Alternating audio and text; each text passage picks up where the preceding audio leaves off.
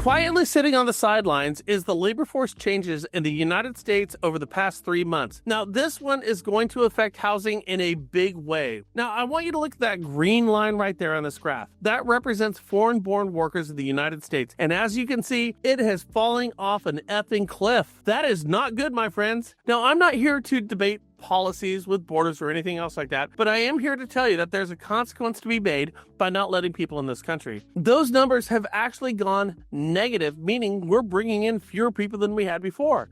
Yes, we have fewer foreign-born workers who are doing a lot of the work in our industry, and having a negative number that's increasing on a daily basis is going to have an effect on housing.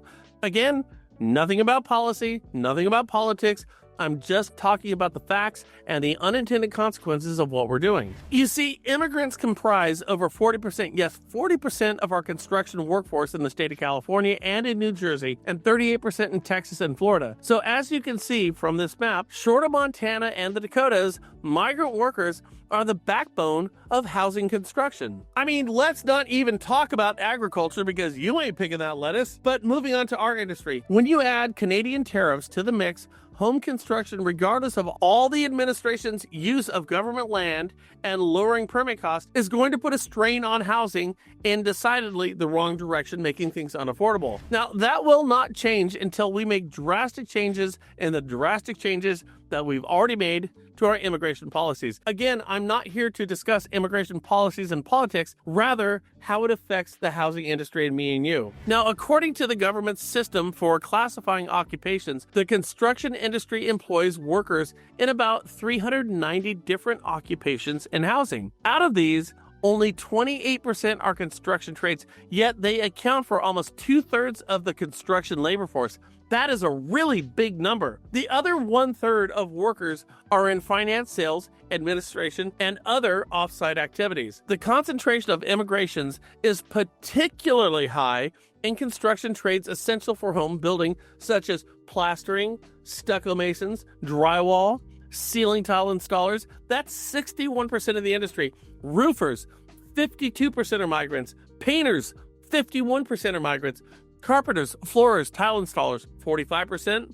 Now, if we get rid of them, the cost is going to go through the roof. Now, the good thing is, we've stopped building homes. And we'd be in trouble, by the way, if we started building again because we don't have the workforce to make this whole thing happen. Now, one thing to consider is this: one-time close deals. Now, Click and Close, it's a wholesale lender. They offer conventional VA, FHA, and USDA loans. That's where you actually acquire the land, you build the house, and close the deal with one singular loan at prevailing interest rates. Now, during the build period, you're probably going to have a rate around 8.25%, but that rate is going to float down to prevailing rates at the time for your program that you're on, like an FHA or a VA, when that house closes. So you would be somewhere right now in the 6s on building a home.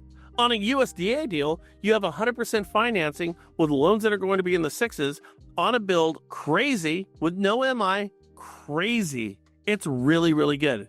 And oh, by the way, I just worked one out with a local builder, and we came out to about $90 lower per square foot on our build versus a traditional house purchase. So you and your realtor get to get paid at the close of the loan, not the close of the build. And the buyer doesn't have to pay a mortgage payment until the build is completed. So you can also finance all of your closing costs.